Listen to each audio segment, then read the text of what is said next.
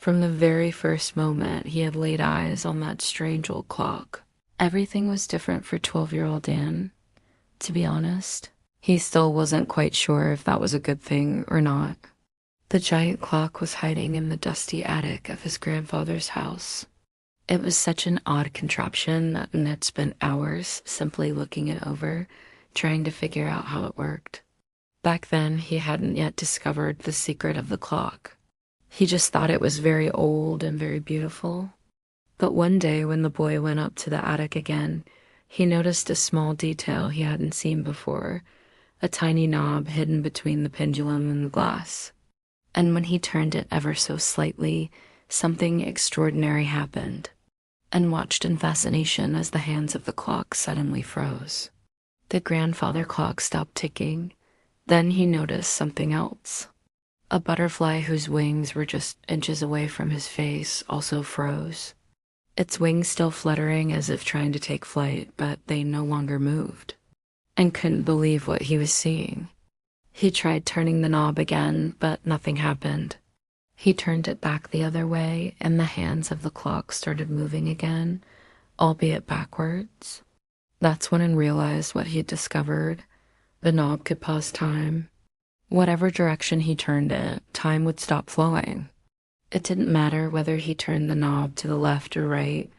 Time wouldn't flow either way. It was frozen solid. And so the boy began playing God.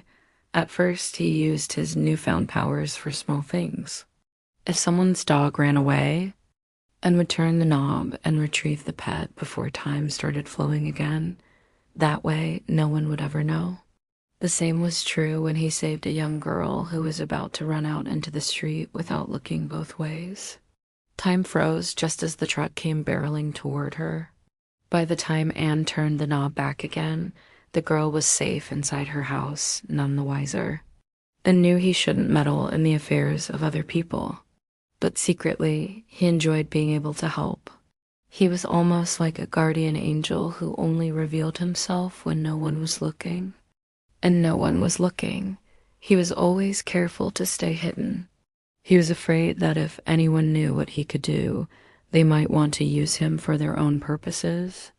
But there were some things, and just couldn't bring himself to change.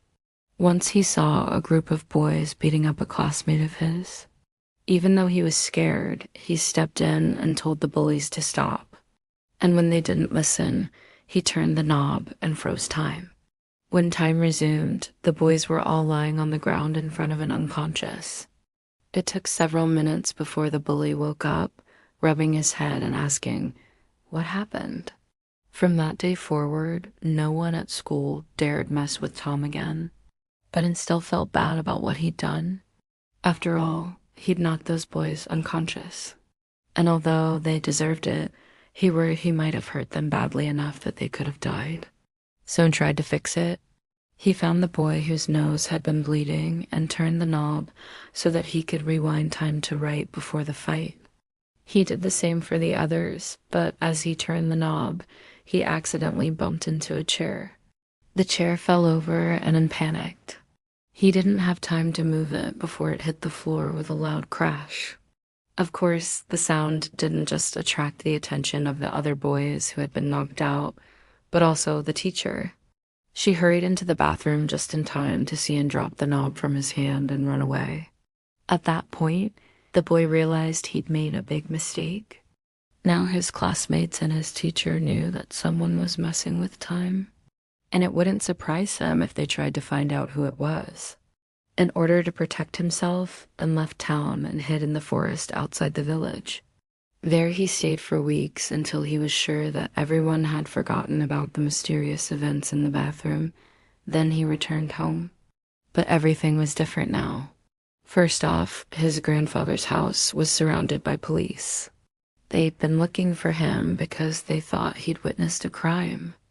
It turned out a jewelry store had been robbed, and the only witness was a boy who looked exactly like Anne. The police had gone to his house, but he'd already turned the knob and paused time, so they hadn't found him.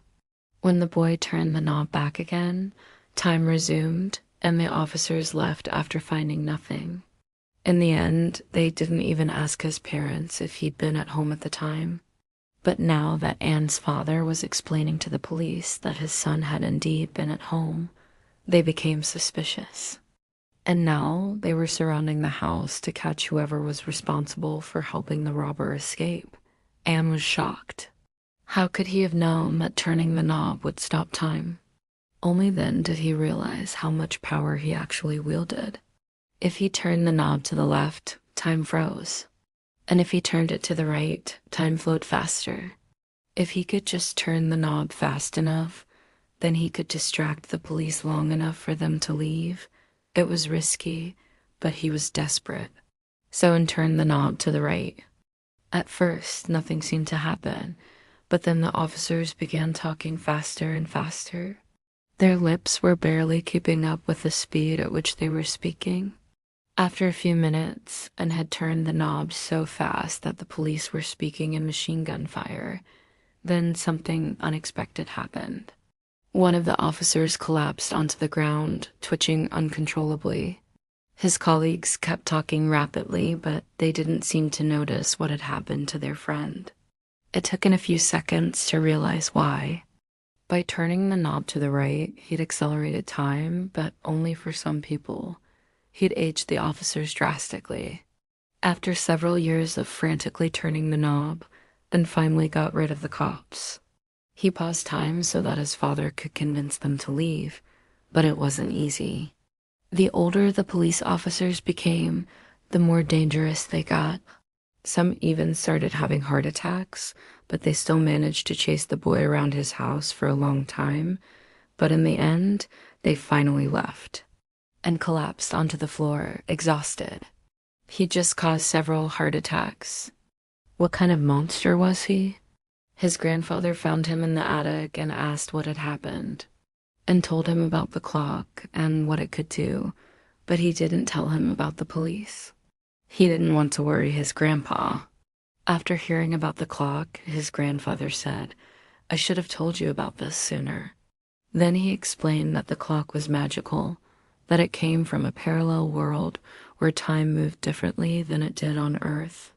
Apparently, there were all kinds of magical objects in this world.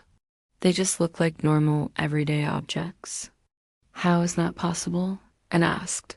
His grandfather smiled mysteriously and replied, "That's what makes these objects so dangerous. You never know what's actually hiding in plain sight." And nodded. He understood that his grandfather wanted to say that he must be careful with the clock. Just because it was old and beautiful didn't mean it was harmless. As the years passed and learned to control his powers, he continued to use the knob to help others, but he was more careful now. Sometimes even the best intentions could cause harm. Once he stopped time to save a man who was about to die from a heart attack, but he accidentally caused the man's wife to age several years. It broke her husband's heart when he saw what he'd done years later and decided to get rid of the clock. He knew that the longer he kept it, the more danger he put himself and others in. But when he turned the knob one last time, hoping to return it to his world, something went wrong. The clock began to glow brightly and then shattered into a million pieces. At that moment, Anne knew that he'd made a huge mistake. He'd debroken the most powerful magical artifact in the world, and he had no idea what would happen next. Sometime later, Anne was sitting in his garden, enjoying the warm sun on his skin. Suddenly, a glowing butterfly landed on his hand. It seemed strangely familiar. As he watched, it began to grow larger and larger until finally, before his stunned eyes, it transformed into a beautiful woman. "Who are you?" Anne asked, his voice shaking. The woman smiled and replied, "You know who I am. I'm the one you turned into a butterfly all those years ago. And I'm here to tell you that you have a gift that you must learn to control." With that, the woman disappeared as quickly as she'd come, and was left alone in his garden, wondering what she'd meant. Was this gift a blessing or a curse? He didn't know. All he was sure of was that his life would never be the same again.